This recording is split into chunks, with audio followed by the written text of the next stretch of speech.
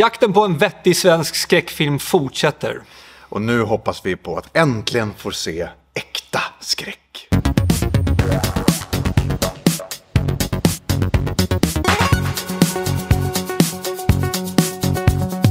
Äkta skräck är regisserad av Daniel De Grado. Linn och Nor driver en YouTube-kanal med inriktning skräck när de gör ett avsnitt om häxor från snart uppleva äkta skräck. Ja, den svenska publiken är inte helt ovan vid att det är contentskapare som utsätts för skräckfilmer.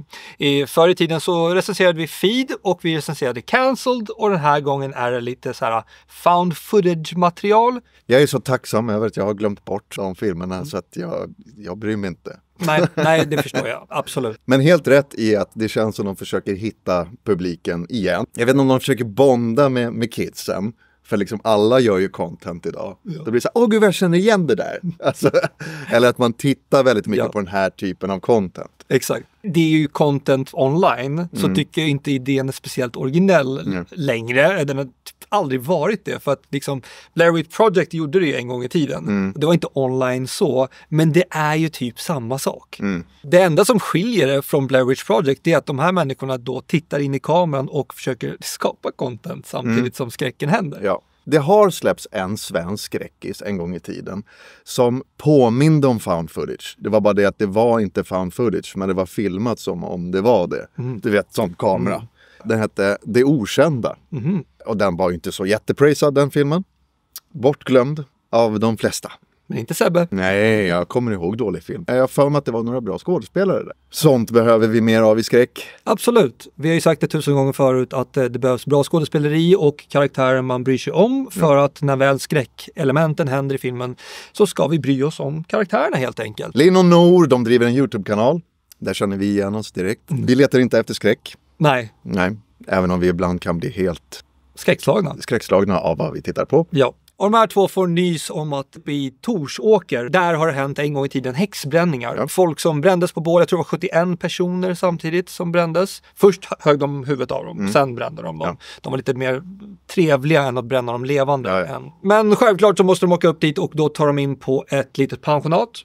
Och så börjar saker och ting hända. Med sig har de en kille, Dennis, Linns, on and off, jag vet inte riktigt vad de ska kalla det för. De är väl typ ett par. Ja, Dennis är där för att hjälpa till i alla fall. Och för att det ska bli lite intriger. För att följa två bästa kompisar, det är så här, det är inte tillräckligt kul. Nej. Det måste in liksom någon och röra till det. Speciellt en som är bra på mansplaina och tycka saker. Ja, precis. När filmen sätter igång och jag ser lite grann av filmen så blir jag ändå lite avundsjuk på deras produktion. Alltså deras teknik. De har ju otroligt många kameror som de sätter upp i alla vrår och alla rum och alla skogsgläntor i hela filmen. Vi har ju tyvärr bara en kamera så att vi måste ju steppa upp vårt game, verkar det. Ja.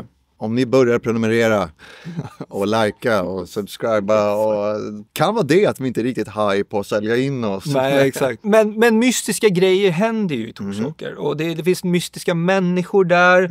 Folk som är väldigt stereotypa så här, och inte till den där stugan för då det råder jag inte att göra. Eller ska ni prata om häxor och liksom, släpp det. Släpp det och gå och hem. Tjejerna är ju kvar. Ja. På grund av content. Ja, fullt förståeligt. The show must go on. Ja, vi såg precis nyss klart filmen. Och under filmen så nämnde du det absolut mest mystiska och det orealistiska du någonsin har sett på film någonsin. Ja, det finns en pizzeria i Torsåker som i filmen drivs av en blond kvinna. Det finns inga pizzerior någonstans i hela Sverige som drivs av någonting annat än någon som ser ut som mig. Så det är otroligt overkligt. Du blir arg. Jag var tvungen att poängtera det, Sebbe. Overkligt, häxor fine. Ja. Men den där pizzeriaägaren, absolut inte. Det här är inte bra. När vi tittar på Cancel, Feed, andra sidan. Karusell. Då blir jag nästan lite frustrerad, irriterad på så här, kan ni inte göra lite roligare, mer intressant, spännande film. Här är jag inte lika irriterad faktiskt. Men samtidigt, det är inte alls bra. Här märker jag av skådespelandet väldigt mycket. Lack of it. Det är stundtals väldigt, väldigt dåligt. Det kan ju också bero på manuset. För manusets repliker är otroligt dåliga. Så här pratar inte folk överhuvudtaget. Och folk är inte så här korta heller när de pratar. Otroligt stereotypt att om man är uppe i Norrland så ska folk prata i enmeningar. Punkt, hej då. Jag går därifrån. När de går in i sina roller och är liksom content creators, då tycker jag ändå det är fine. Och så, nu ska vi hit och se det här spökhuset. Det är så här fine, för man vet inte hur pass säkra de är eller osäkra framför kameran. Rollerna spelar roller framför kameran. Men så fort de går in i och är sig själva, då blir det så här, jag stirrar ner i golvet. Så svårt har jag för det här. Jag tyckte att de inte var övertygande content creators. Jag försöker härma Per Lernström. Jag försöker vara en liksom programledare, vilket på YouTube oftast inte är fallet. Man försöker få fram det naturliga i en själv. Och det här var liksom mer, i Torsåker, där har det funnits häxor och de brändes på bål. Och nu ska vi kolla var de finns någonstans. Jag förstår vad du menar, men jag såg det som att de är så här, och i och med att de då har massa följare, då funkar det tydligen. Inte för att jag någonsin skulle titta på den här kanalen. Jag bara köpte väl det till en viss del, men allt det andra nej. Så intrigerna fungerar inte. Den här Dennis, det här att han ska då komma dit och hjälpa till och vara lite filmkunnig och allting och ska hjälpa dem. Douchebag. Riktig douchebag, och han är för douchebagig. Filmen vet också att han är en douchebag, men det gör inte bättre. Nej. Alltså jag tycker ändå att det är lite intressant att de väljer faktiskt svensk historia. Så det är lite intressant. Jag blev förvånad över att det här faktiskt har hänt. Hemskt är det ju. Ja, men absolut. Det gör inte filmen bättre. Nej. Som du nämnde i början så har de ju väldigt många kameror. Det är väldigt många kameror och det är väldigt, väldigt bra kameror också. Det lustiga med kameran är också att när man tittar på kameramaterialet så står det ju så här 720p, vilket är upplösningen på hur man filmar. Den här filmen är inte filmad i 720p, det är typ 4K. Så att... Och hur alla kameror hamnar, du vet, precis så att saker och ting får vara med i bild och sånt där. Ja, jag blev alltså så här fysiskt uttråkad. Det var liksom, du vet, det här med att man vill inte sitta kvar i stolen. Jag vill gå därifrån. Så känner jag med den här filmen. Jag är så trött på att se såna här filmer. Jag är så trött på att se liksom människor försöka vara innovativa. Försöka vara originella. De kommer med någonting som är otroligt ooriginellt och otroligt stereotypt. Och det är inte bra överhuvudtaget. Och jag är så här glad över ändå att se att den här filmen, det går inte bra för den här filmen. Nej. Och det ska inte göra heller. Nej. Det ska inte få publik, för den är inte bra. Men Feed sålde ju biljetter. Ja, det gjorde den. Ja, och det är därför den här filmen görs. Ja, typ. Ja, det men känns då hade som man det. Joakim Lundell som kunde sälja in det. Och då går folk och liksom kollar. Den här gången är inte med. Nej. Ja, det är trist att det görs samma saker hela tiden. För det här känns verkligen som den delar samma universe som de filmerna. Ja.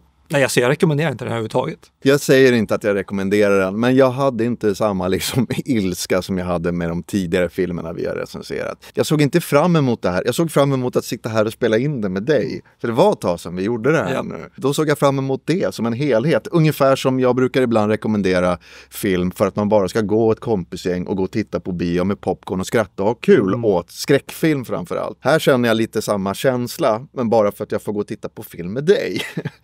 Vad kul, jag ska få se film med Sam. Inte vad jag får se, det skiter jag i. Men jag tror att för mig är det så här, jag får äntligen komma ut hemifrån och faktiskt se en film själv med dig, som jag verkligen tycker om att göra. Och så får jag se den här filmen och det är klart jag blir irriterad. Ja. Jag visste lite grann vad vi skulle ge oss in på. För jag pratade med några kollegor som har sagt att det här var totalt skräp. Kollegor som ändå är yngre, som den här filmen är riktad till. Så sa det bara, jag har inte hört någonting om den här filmen. Bara, nej, men det har jag. Så jag gick ändå in med totalt förberedd på att det kommer att vara skräp. Jag är ju en hoppfull person. Ja. Jag går in och tänker, den här gången. Nu tror jag att jag blir så besviken och blir mer och mer besviken för varje film vi tittar på. Du blir sparkad när du ligger. Ja, exakt. Jag är liksom här nere och har fortfarande hoppet kvar och då kommer någon och liksom bodyslammar mig. Och det är den här filmen. Men du är inte så jättevan vid svensk film. Nej, och jag har blivit bodyslammad hela mitt liv. Men nu när vi pratar om gamla skräckfilmer som vi har recenserat, så inser vi att vi har recenserat en hel del skräckfilmer. Och för att hjälpa er att hitta de recensionerna så har vi faktiskt en skräckplaylist. Så gå och kolla på den. Sebbe. Det är din tur. Okej. Tack för att ni tittade. Vi ser fram emot att snacka mer film med er framöver. Och vi kanske ska jobba lite på att bli bättre content creators. Absolut. Ja. Köp in fler kameror så blir det bra. Ja, det är det som gäller. En där, Sam. En där uppe.